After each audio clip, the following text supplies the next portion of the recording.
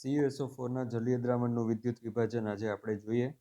આની અંદર બે પાર્ટ આપણે પાડીએ, જેમાં ફર્સ્ટ પાર્ટની અંદર આપણે કોપરના સક્રિય વિદ્યુત ધ્રુવો લઈને વિદ્યુત વિભાજન કરીએ અને સેકન્ડ પાર્ટની અંદર આપણે નિષ્ક્રિય વિદ્યુત ધ્રુવો જેવા કે પ્લેટિનમ ગ્રેફાઇટ છે એનો ઉપયોગ કરીને આપણે વિદ્યુત વિભાજન સ્ટડી કરીએ. આપણે આગળના લેક્ચરોમાં સ્ટડી કરી ગયા છીએ કે વિદ્યુત વિભાજનથી જે આપણને પ્રોડક્ટ્સ મળે છે એ પ્રોડક્ટ્સ એ દ્રાવણની સાંદ્રતા ઉપર ડિપેન્ડ કરે અને વિદ્યુત ધ્રુવોની પ્રકૃતિ ઉપર ડિપેન્ડ કરે, વીજ દબાણ ઉપર ડિપેન્ડ કરે. 3 ફેક્ટર આપણે આગળ વાત કરેલી. પણ લાસ્ટ લેક્ચરની અંદર આપણે એવું જોયેલું કે NaClના જે મંદ જલીય દ્રાવણ છે, સાંદ્ર દ્રાવણ છે, તો આપણે સાંદ્રતામાં ફેરફાર કર્યો, સાંદ્ર દ્રાવણ લીધું તો ત્યારે પ્રોડક્ટ જે મળે છે તે, અને મંદ દ્રાવણ લીધું ત્યારે આપણને પ્રોડક્ટ ડિફરન્ટ મળે છે. તો સાંદ્રતા ઉપર પણ ડિપેન્ડ કરશે કઈ ટાઈપની પ્રોડક્ટ મળે છે. આજે આપણે એ જોવાનું છે કે વિદ્યુત ધ્રુવોની પ્રકૃતિ આપણે ચેન્જ કરીએ તો આપણને પ્રોડક્ટમાં શું ફેરફાર થતો જોવા મળે છે. એની સાથે સાથે આજે ફર્સ્ટ એક્ઝામ્પલ આપણે લઈએ છીએ કે ધાતુના સક્રિય વિદ્યુત ધ્રુવ યુઝ કરીને ઇલેક્ટ્રોલિસિસ કરીએ છીએ. તેની અંદર આપણે એક ટાઈપનું એક અશુદ્ધ જે કોપર છે એનું રિફાઇનિંગ, એનું શુદ્ધિકરણ પણ જોઈએ છે. તો પાછળ આપણે જ્યારે આ ઇલેક્ટ્રોલિસિસનો એપ્લિકેશન સ્ટડી કરશું એની અંદર આવશે કે ઇલેક્ટ્રોલિસિસનો ઉપયોગ ઇલેક્ટ્રોપ્લેટિંગ કરવા માટે, ઇલેક્ટ્રો રિફાઇનિંગ કરવા માટે અને ઇલેક્ટ્રો ટાઈપિંગ કરવા માટે યુઝફુલ છે. તો એમાંનું આ એક ટાઈપનું ઇલેક્ટ્રો પ્લેટિંગ છે. જોઈએ નંબર 1, ધાતુના સક્રિય વિદ્યુત ધ્રુવો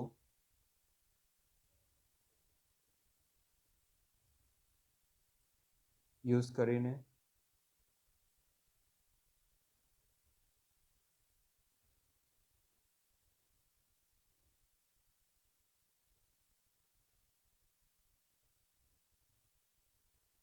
વિદ્યુત વિભાજન. અહીંયા એક બીકર લઈએ, તેમાં આપણે કોપરનો એક અશુદ્ધ સળિયો લઈએ અને આ બાજુ કેથોડ તરીકે કોપરનો એક શુદ્ધ સળિયો લઈએ. બંને સળિયાને આપણે બેટરી સાથે જોડી દઈએ છીએ.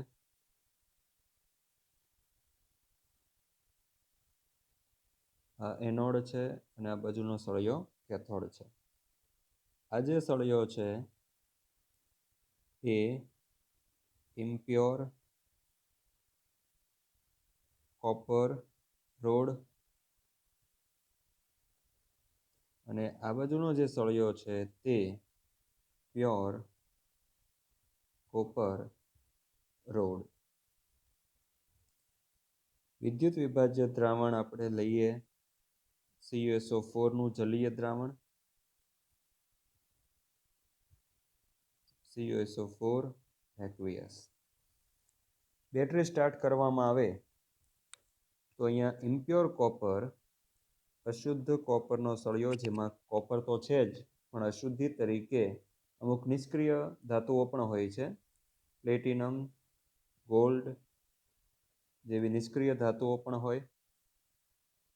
આ એક ટાઈપનું, આનું એક ટાઇટલ જો આપણે મારીએ તો આ એક ટાઈપનું ઇલેક્ટ્રોપ્લેટિંગ કહી શકાય, અથવા તો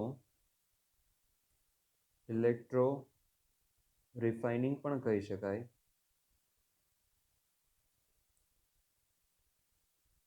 આપણે ખાસ આને ઇલેક્ટ્રો રિફાઇનિંગ તરીકે લઈશું.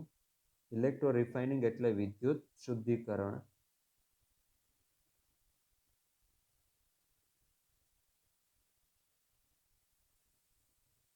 ઇલેક્ટ્રોપ્લેટિંગ એટલે વિદ્યુત ઢોળ ચડાવો. હવે આની અંદર Cu+2 આયનો હાજર છે. અહીંયા બેટરી સ્ટાર્ટ કરવામાં આવે તો શું થશે કે અંદર રહેલા જે કોપર પરમાણુઓ છે એનું ઓક્સિડેશન થશે અને Cu+2 આયન તરીકે દ્રાવણમાં આવશે. એ સમયે કોપર કરતાં ઓછી સક્રિય ધાતુઓ પ્લેટિનમ અને ગોલ્ડ છે એનું ઓક્સિડેશન થતું નથી, કારણ કે આની અંદર કોપરનું પ્રમાણ વધારે છે. પ્લેટિનમ, ગોલ્ડ, સિલ્વર જેવી જે ધાતુઓ છે એમનું પ્રમાણ ખૂબ ઓછું છે અને આ ત્રણ જે ધાતુઓ છે પ્લેટિનમ, ગોલ્ડ, સિલ્વર, એક અશુદ્ધિ તરીકે છે.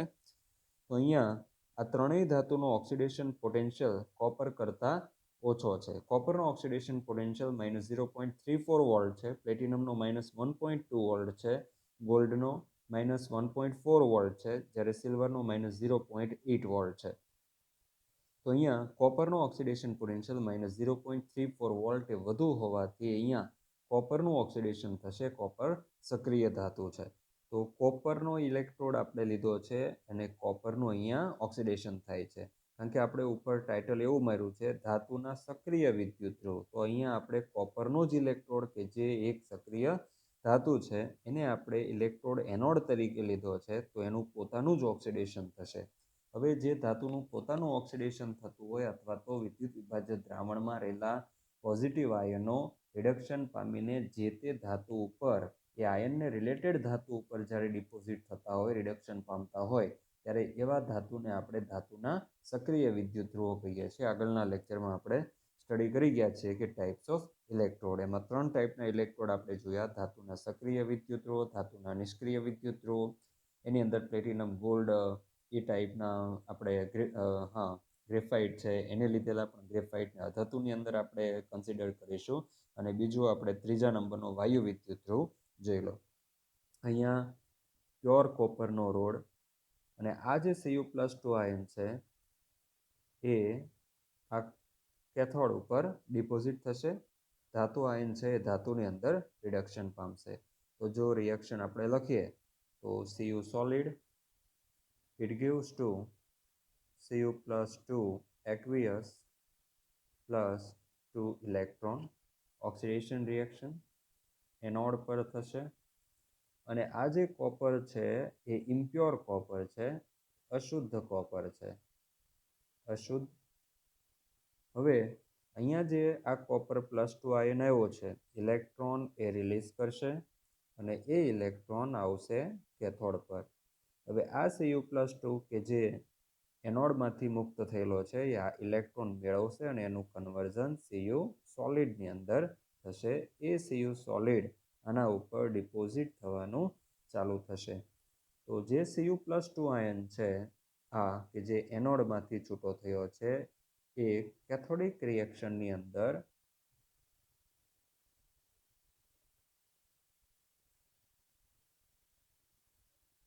નાવ કેથોડ એમાં Cu+2 aqueous plus 2 electron, it gives to Cu solid. Oxidation, this is reduction half reaction.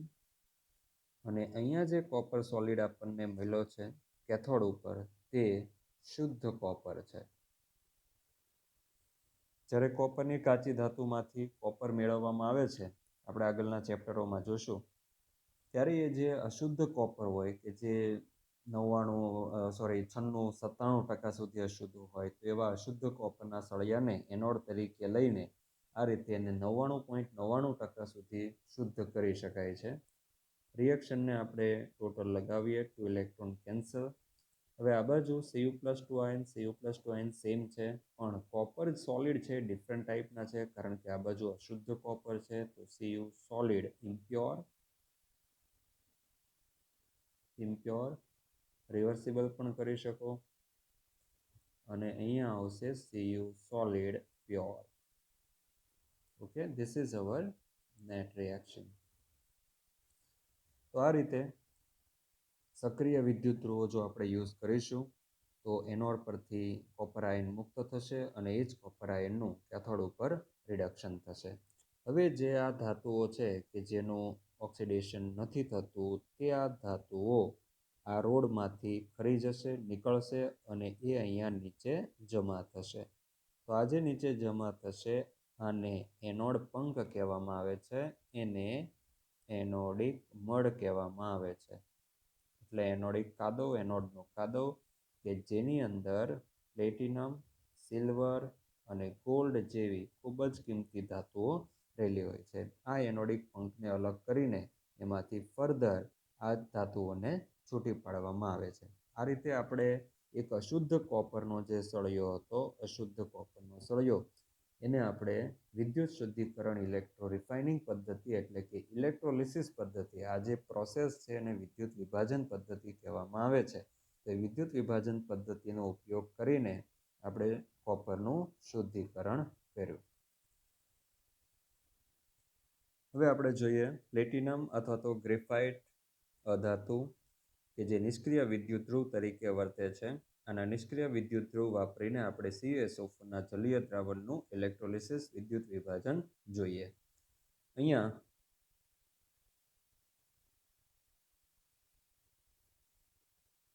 CuSO4નું જલીય દ્રાવણ લઈએ. CuSO4નું એક્વિયસ સોલ્યુશન.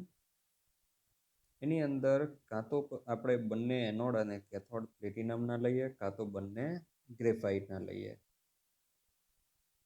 બેટરી સાથે જોડી દઈશું, પ્લસ અને માઇનસ કેથોડ અને આ એનોડ.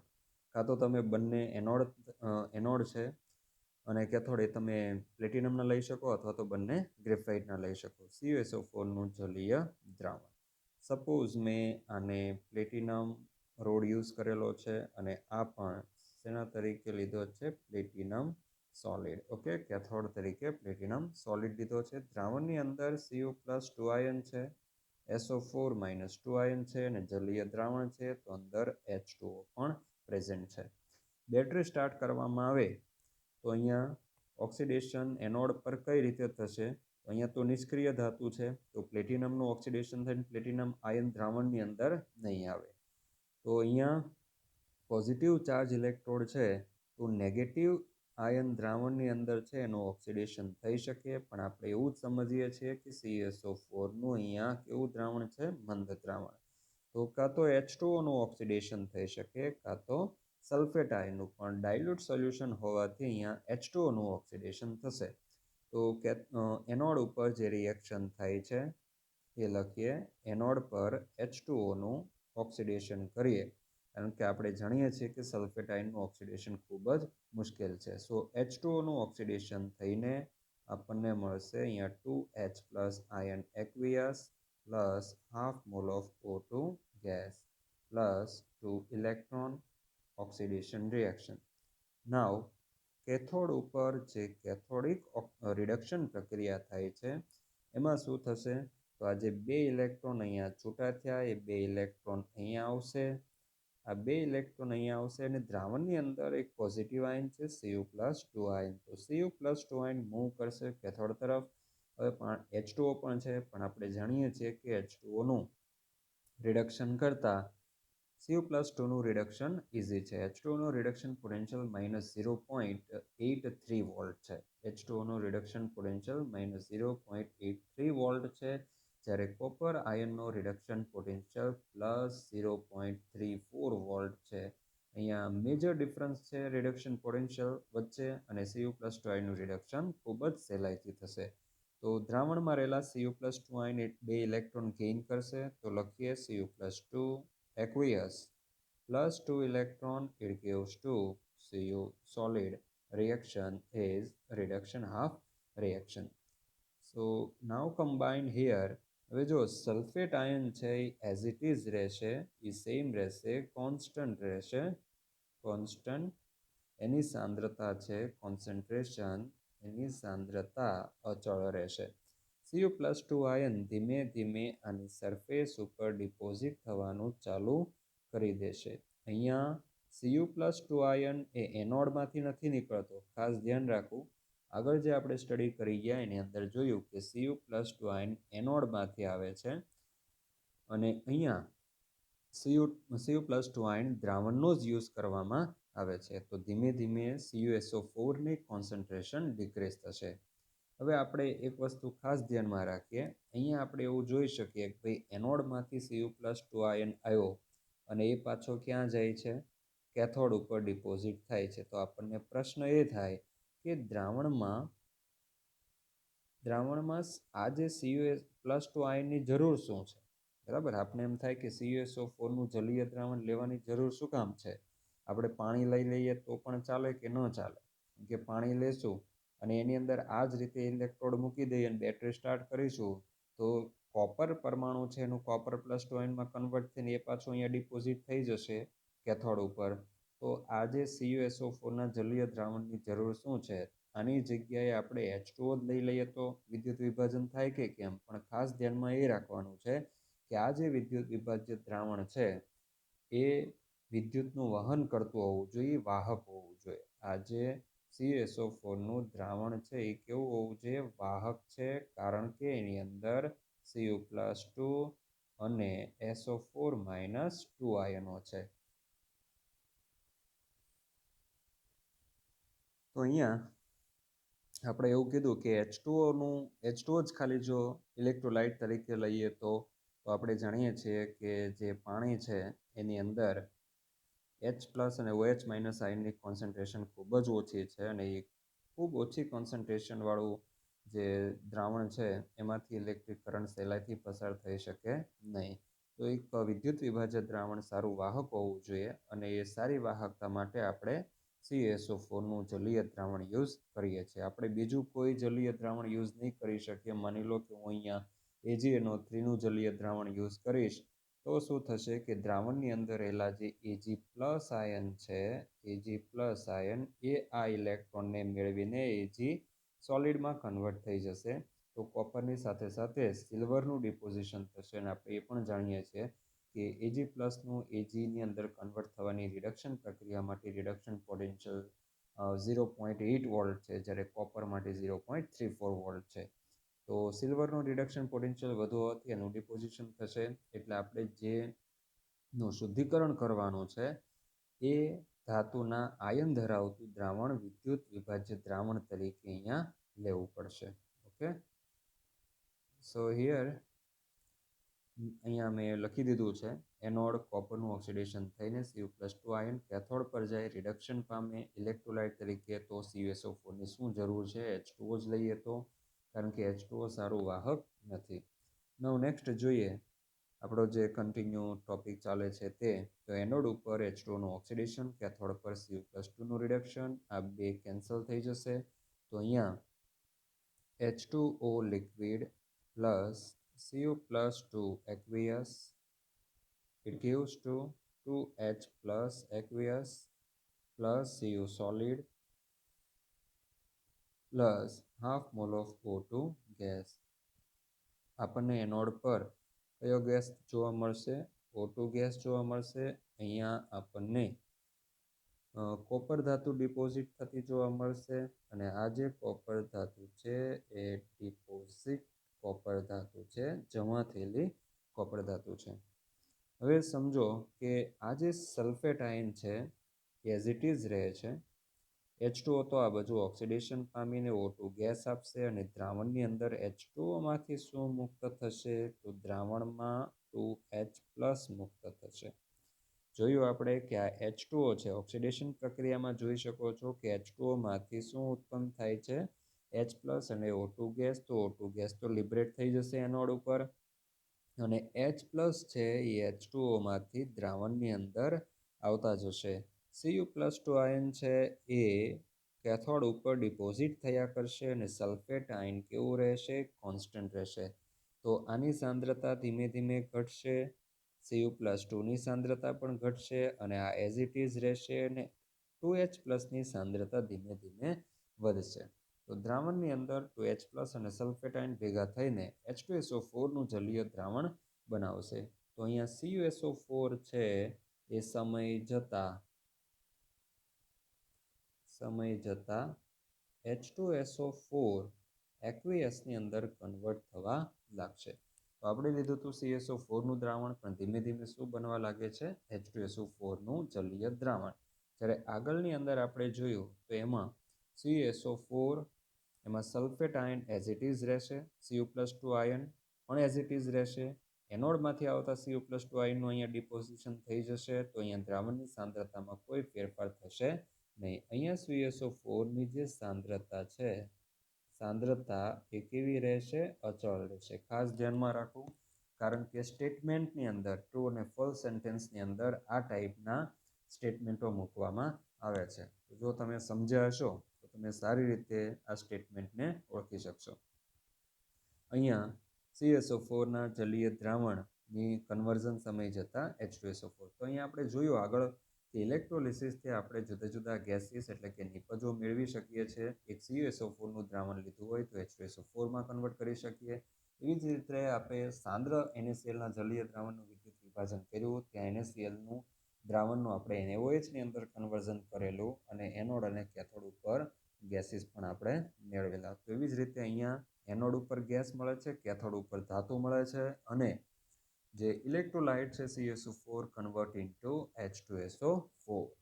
તો આ રીતે ઇલેક્ટ્રોલિસિસ ઇન્ડસ્ટ્રીમાં ખૂબ જ ઇમ્પોર્ટન્ટ પ્રક્રિયા હોવાથી સોડિયમ, સિલ્વર, એલ્યુમિનિયમ જેવી ધાતુઓના પ્રોડક્શન માટે, NaOH છે, KOH એમના પ્રોડક્શન માટે, કોપર, સિલ્વર, ગોલ્ડ જેવી ધાતુઓના શુદ્ધિકરણમાં વિદ્યુત વિભાજન પદ્ધતિનો ઉપયોગ કરવામાં આવે છે. ધાતુઓના વિદ્યુત ઢોળ ચડાવવામાં પણ વિદ્યુત વિભાજન પ્રક્રિયાનો ઉપયોગ થાય છે.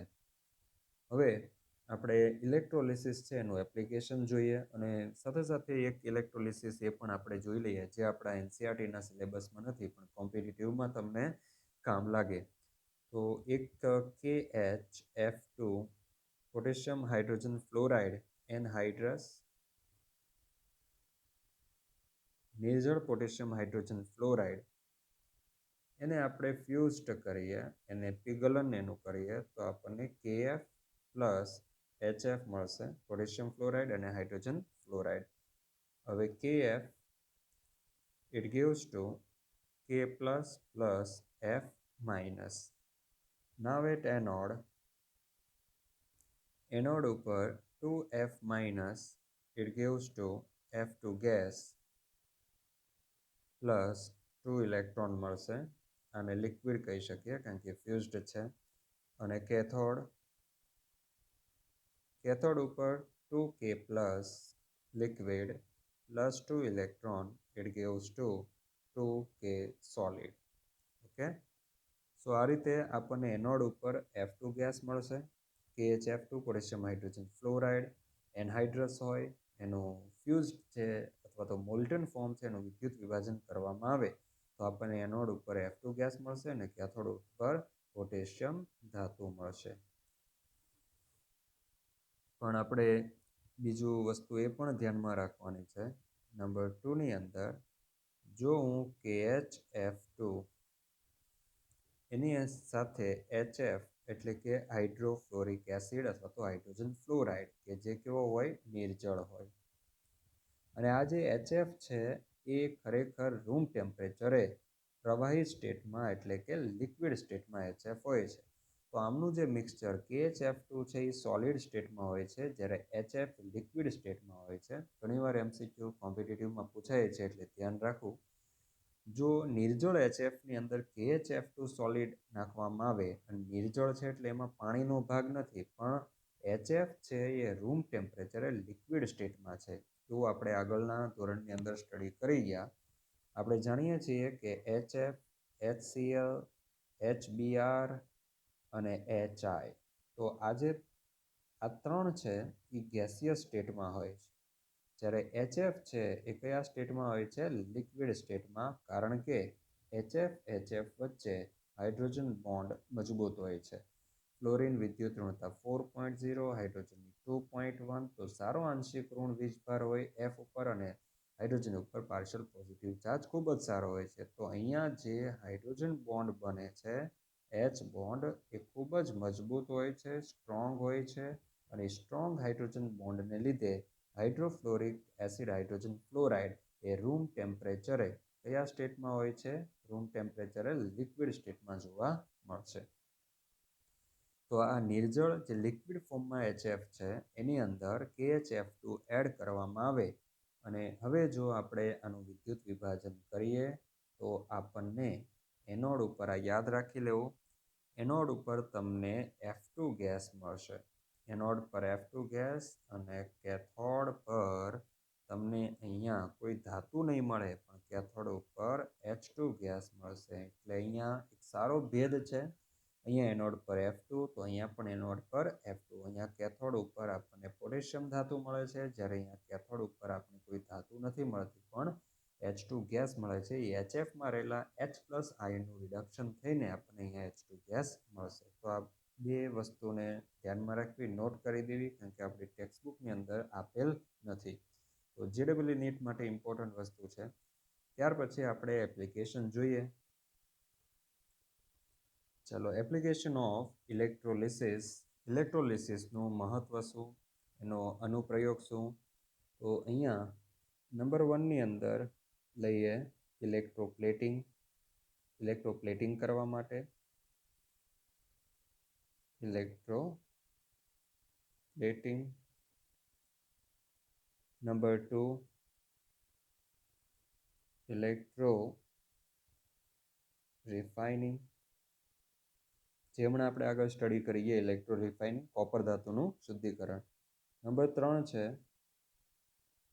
Electro typing. ઇલેક્ટ્રો ટાઈપિંગ આમ જુઓ તો ડેકોરેશન માટે ઇમ્પોર્ટન્ટ છે.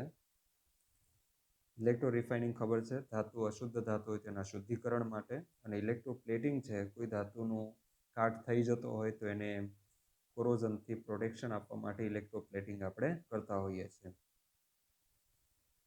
આ જે 3 વસ્તુ છે એને આપણા સિલેબસની અંદર NCERTમાં ડિટેલમાં ડિસ્કશન નથી કરેલું. હવે ઇલેક્ટ્રોપ્લેટિંગ અને રિફાઇનિંગ આમ જુઓ તો બંને એક ટાઈપની કમ્બાઇન્ડ પ્રોસેસ પણ છે. હમણાં આપણે જોઈએ ઇમ્પ્યોર કોપરનું શુદ્ધિકરણ આપણે સ્ટડી કરી ગયા, એમાં એનોડ પરથી કોપરનું પ્લેટિંગ થાય છે શુદ્ધ કોપરના સળિયા ઉપર. અને એ જ પ્રોસેસ છે એ એક ટાઈપની ઇલેક્ટ્રો રિફાઇનિંગ છે, એટલે કે કોપરનું શુદ્ધિકરણ છે. હવે ઇલેક્ટ્રોપ્લેટિંગ આપણે શરૂઆતમાં લઈએ. Number 1 electroplating.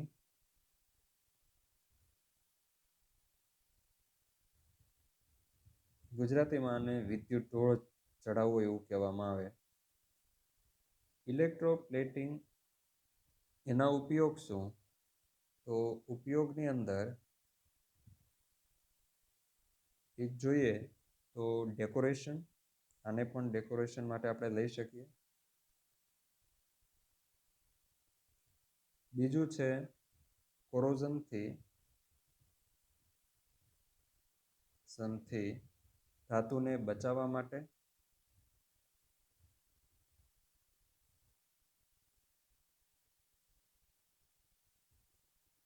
કોઈ ધાતુનું નકશીકામ હોય અથવા તો કોઈ ધાતુનો ઘડો છે, પોટ છે, કોઈ મેડલ છે, કોઈ ટ્રોફી છે, તો એ છે જ્વેલરી છે. આપણે કોપરની જ્વેલરી હોય આપણી પાસે, એની ઉપર આપણે ગોલ્ડ અથવા તો સિલ્વરનું કોટિંગ કરીને આપણે એને ડેકોરેટ કરી શકીએ. તો એના માટે ઇલેક્ટ્રોપ્લેટિંગ ઇમ્પોર્ટન્ટ છે. માની લો કે આપણી પાસે કોઈ તાંબાની ચમચી છે અને આપણે એની ઉપર કોઈ બીજી ધાતુનું એટલે કે નિકલનું પ્લેટિંગ કરવું છે, અથવા તો આપણી પાસે કોઈ લોખંડની ચમચી છે અને એને ચારણથી આપણે બચાવવી છે, તો આપણે એના ઉપર તાંબાનું અથવા તો નિકલનું, ક્રોમિયમનું પ્લેટિંગ કરી શકીએ, એનો ઢોળ ચડાવી શકીએ કે જેથી એ લોખંડની ચમચીને કટાઈ જતી અટકાવી શકીએ. તો કોરોઝન માટે, ધાતુનું કોરોઝન અટકાવવા, એને રેઝિસ્ટ કરવા, એને ઓછું કરવા માટે આપણે ઇલેક્ટ્રોપ્લેટિંગ પદ્ધતિનો ઉપયોગ કરી શકીએ. પણ આ જે ત્રણેય છે, ઇલેક્ટ્રોપ્લેટિંગ, રિફાઇનિંગ અને ટાઈપિંગ, એ ખરેખર તો ઇલેક્ટ્રોલિસિસના જ એક એક્ઝામ્પલો છે, એમના એપ્લિકેશનો છે. હવે ઇલેક્ટ્રોપ્લેટિંગ માટેનો જે સિદ્ધાંત છે, આ ટોપિકને તમે ધ્યાનથી સ્ટડી કરજો, કારણ કે આને ડિટેલમાં આપણી ટેક્સ્ટબુકની અંદર બતાવ્યું નથી. પરંતુ JEE નીટ માટે, નીટ માટે આ ટોપિક આપણા માટે ઇમ્પોર્ટન્ટ છે. સિદ્ધાંતની અંદર ઇલેક્ટ્રોપ્લેટિંગનો સિદ્ધાંત, તો એના માટે જે ધાતુ પર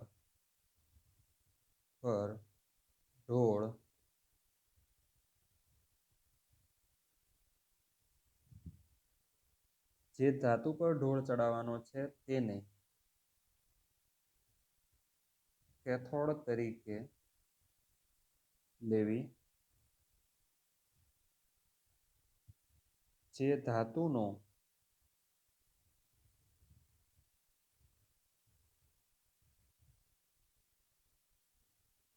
હોય તેને એનોડ તરીકે લેવી.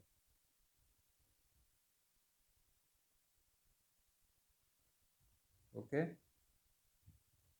નેક્સ્ટ છે જે ધાતુનો ઢોળ નો હોય તે ધાતુના આયન ધરાવતું વિદ્યુત વિભાજ્ય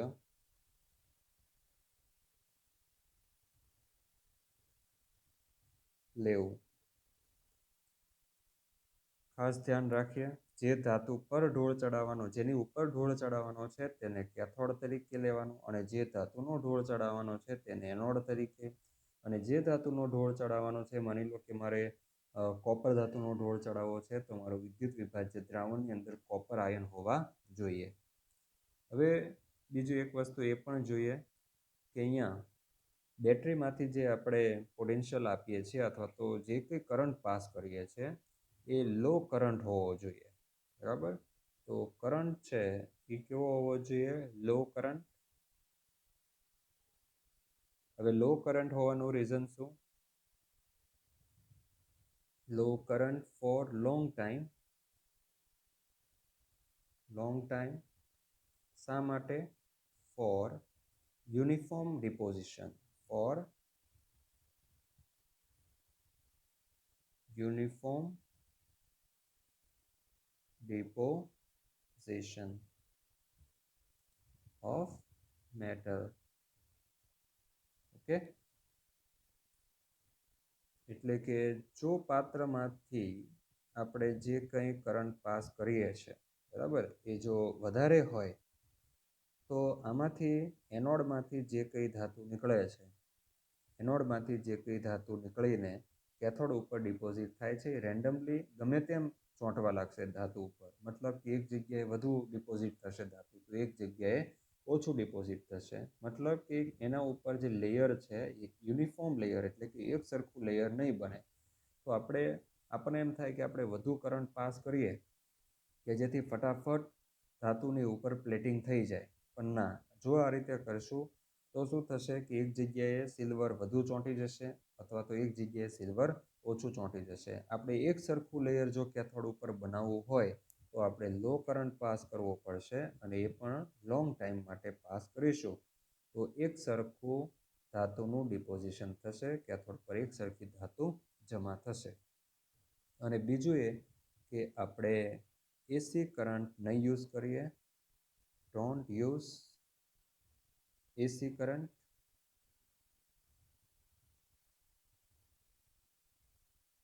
એસી કરંટ યુઝ નહીં કરીએ, બટ કયો કરંટ યુઝ કરશું? ડીસી કરંટ યુઝ કરશું. એસી કરંટ યુઝ નહીં કરવાનું રીઝન શું? કારણ કે જો એસી કરંટ યુઝ કરશું તો જે એનોડ છે એ કેથોડ બનશે, કેથોડ એનોડ બનશે, પાછો કેથોડ એનોડ બની જશે, એનોડ કેથોડ બનશે. મતલબ એનોડ ને કેથોડ એકબીજામાં કન્વર્ટ થયા કરશે. મતલબ કે ઘડીક એનોડ છે કેથોડ બની જશે, ફરી પાછો એનોડ બની જશે, ફરી પાછો કેથોડ બની જશે. આવું થાય તો આપણે યોગ્ય રીતે અહીંયા ઇલેક્ટ્રોપ્લેટિંગ કરી શકશું નહીં. એટલે એસી કરંટ, જેને આપણે અલ્ટરનેટિવ કરંટ કહીએ છીએ, અને અલ્ટરનેટિવ કરંટ યુઝ કરવાથી એનોડ કેથોડ સતત બદલાયા કરશે. તો આપણે આ એસી કરંટ યુઝ નહીં કરીએ. જો કે આ એસી કરંટ શું કામ યુઝ નહીં કરવાનું એ બધું તમારી બુકમાં આપેલું નથી, પણ એક ઇન્ફોર્મેશન માટે છે કે એસી કરંટ યુઝ કરવાથી આવો પ્રોબ્લેમ થાય છે. એટલા માટે આપણે વિદ્યુત વિભાજન કોષની અંદર ડીસી કરંટ યુઝ કરતા હોઈએ છીએ. હવે ઇલેક્ટ્રોપ્લેટિંગની વાત કરીએ તો અહીંયા હું એક એક્ઝામ્પલ લઉં, એક્ઝામ્પલ નંબર 1. એમાં અહીંયા એક બીકરની અંદર હું NiSO4 નું જલીય દ્રાવણ લઉં છું. NiSO4 aqueous પ્લસ અને માઇનસ. આ જે રોડ છે એ Fe નો રોડ છે, Fe રોડ. અને આ જે રોડ છે એ પ્યોર નિકલ રોડ. નિકલ ધાતુનો રોડ અને અહીંયા Fe ધાતુનો રોડ. આપણે જાણીએ છીએ કે Fe ધાતુ છે એ સહેલાઈથી એનું કોરોઝન થઈ જતું હોય છે, તો મારે એનું પ્રોટેક્શન કરવું છે. કારણ કે આપણે આગળ સ્ટડી કરી ગયા કે ભાઈ ઇલેક્ટ્રોપ્લેટિંગના ઉપયોગ શું, તો મેટલને ડેકોરેશન કરવા માટે, ડેકોરેટિવ કરવા માટે મેટલનું ડેકોરેશન, અને બીજું છે કોરોઝનથી રેઝિસ્ટ કરવા માટે, બચાવવા માટે. તો અહીંયા આપણી પાસે Feનો રોડ છે ને આપણે એને કોરોઝનથી બચાવવું છે, તો મારે એના ઉપર નિકલ ધાતુનો રોડ ચડાવવો પડશે. કારણ નિકલનું ઓક્સિડેશન પોટેન્શિયલ Fe કરતાં ઓછો છે. નિકલ એ Fe કરતાં ઓછી સક્રિય ધાતુ છે. તો જે ધાતુનું મારે પ્લેટિંગ કરવું છે, કોટિંગ કરવું છે, એ ધાતુને હું શેના તરીકે લઈશ? એનોડ તરીકે લઈશ. અને જે ધાતુની ઉપર મારે કોટિંગ કરવું છે એ ધાતુને હું કેથોડ તરીકે લઈશ. બેટરી સાથે જોડી દીધું. મારે નિકલ ધાતુનું પ્લેટિંગ કરવું છે, તો Ni+2 નિકલના આયન ધરાવતું દ્રાવણને હું વિદ્યુત વિભાજ્ય દ્રાવણ તરીકે લઈ લઈશ. તો હવે અહીંયાથી આપણે પોટેન્શિયલ આપીએ અથવા તો કરંટ આપીએ, બેટરી સ્ટાર્ટ કરીશું. જુઓ તો 3 એમ્પિયર 2 એમ્પિયર જેટલો આપણે વિદ્યુત પ્રવાહ આપીએ છીએ. કારણ કે વધારે જો વિદ્યુત પ્રવાહ આપીશું તો રિએક્શન ફાસ્ટ થવા લાગશે અને Feની ઉપર ગમે તેમ ડિપોઝિટ થવાનું ચાલુ થઈ જશે. તો આગળ કીધું તેમ લો એમ્પિયર લો કરંટ આપણે આપીશું, પણ લોંગ ટાઈમ માટે આપીશું.